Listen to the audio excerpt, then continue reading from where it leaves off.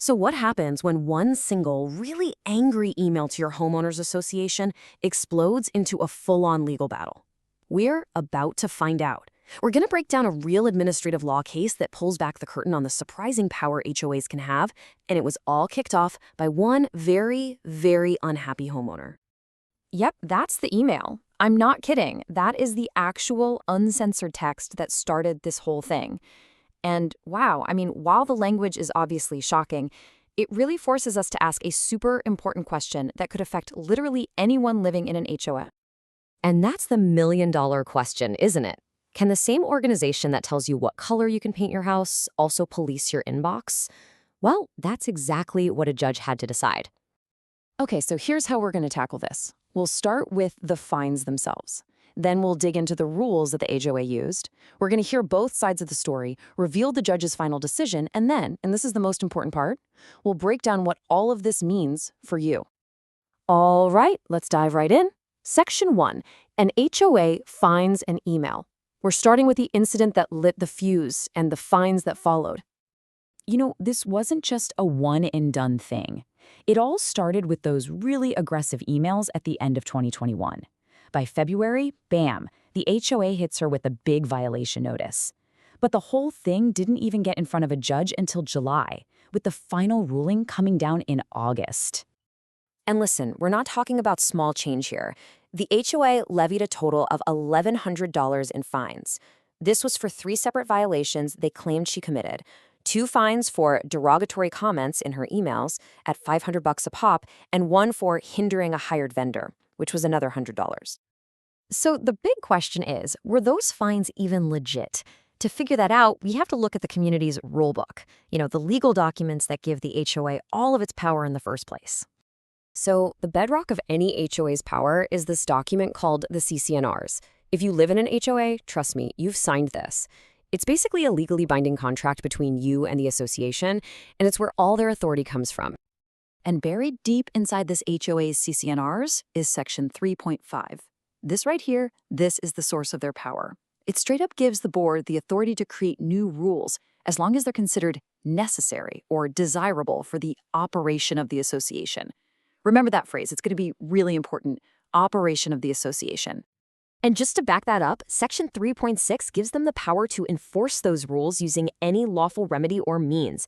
This is the part that lets them hand out things like fines, so they can make the rules and they can enforce them. And using that authority, the HOA came up with these very specific rules. They put a $100 fine on harassing staff and a $500 fine for verbal abuse. These are the exact rules they used to justify fining the homeowner for her emails. Okay, so how did the homeowner, Evin Abromowitz, fight back? Well, her argument wasn't just about whether she sent the emails. It was a direct challenge to the HOA's authority to even have a rule like this. So she came back with several key points. She said, look, policing my emails is a total overreach and has nothing to do with managing the property. She also claimed they didn't follow their own rules, that the fines were just payback for her questioning the board, and that the whole thing about her hindering a vendor was just made up. And this quote from her actual legal filing, it really gets to the heart of her argument. She's saying that a rule about derogatory language in an email sent from off-site has nothing to do with the operation of the association, which, remember, is supposed to be the limit of their power according to the CC&Rs. Okay, so let's flip the script. How did the HOA defend itself? Well, their entire case was built on that exact phrase we keep talking about, operation of the association.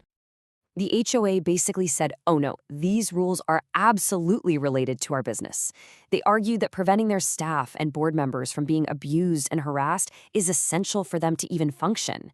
They insisted they had clear authority from the CC&Rs, that the rules were created by the book, and that the real question wasn't about the homeowner's email, but about whether the board had the right to regulate it. So here it is, the core conflict, side by side. The homeowner is saying, this is an overreach. You can't control my private emails. And the HOA is firing back, this is necessary for our operation. We can and will regulate communication that stops our people from doing their jobs. It's a fundamental clash over just how far an HOA's power goes. So all of this ends up in a hearing in front of an administrative law judge. And that brings us to the moment of truth, the verdict. And the verdicts? It was decisive. The judge wrote, and I'm quoting here, that because the homeowner failed to establish a violation of the CC&Rs, the very sections that give the board its power, her petition must be denied. Plain and simple, the homeowner lost. So why? How did she lose? Well, the judge's reasoning was actually pretty straightforward. It came down to 3 steps. 1, the judge agreed that the CC&Rs give the HOA the authority to make rules for its operation. 2, the judge decided that yes, rules that stop staff from being harassed are relevant to that operation. And 3, and this is the absolute kicker, the homeowner's case was never about whether she actually sent the nasty email. Her whole argument was that the HOA had no right to make a rule about emails in the first place. She challenged their authority, and the judge sided with the HOA. So the legal battle is over, but the lessons here are incredibly important for any homeowner out there. Let's break down what this whole thing really means for you. Okay, if you take only one thing away from this story, let it be this. There's a massive legal difference between arguing that a fine isn't fair or that you didn't do what they say you did, and arguing that the HOA never had the power to make that rule at all. This case was decided and lost based on that question of authority. So what can you do with this information? Well, here's your homeowner toolkit. First, for the love of God, read your CC&Rs and rules. It is a contract you signed. Second, understand the official process for how to handle disputes. Third, know the difference between attacking a rule's fairness versus attacking the board's fundamental authority. And finally, you have to choose your battles and your legal arguments very, very carefully.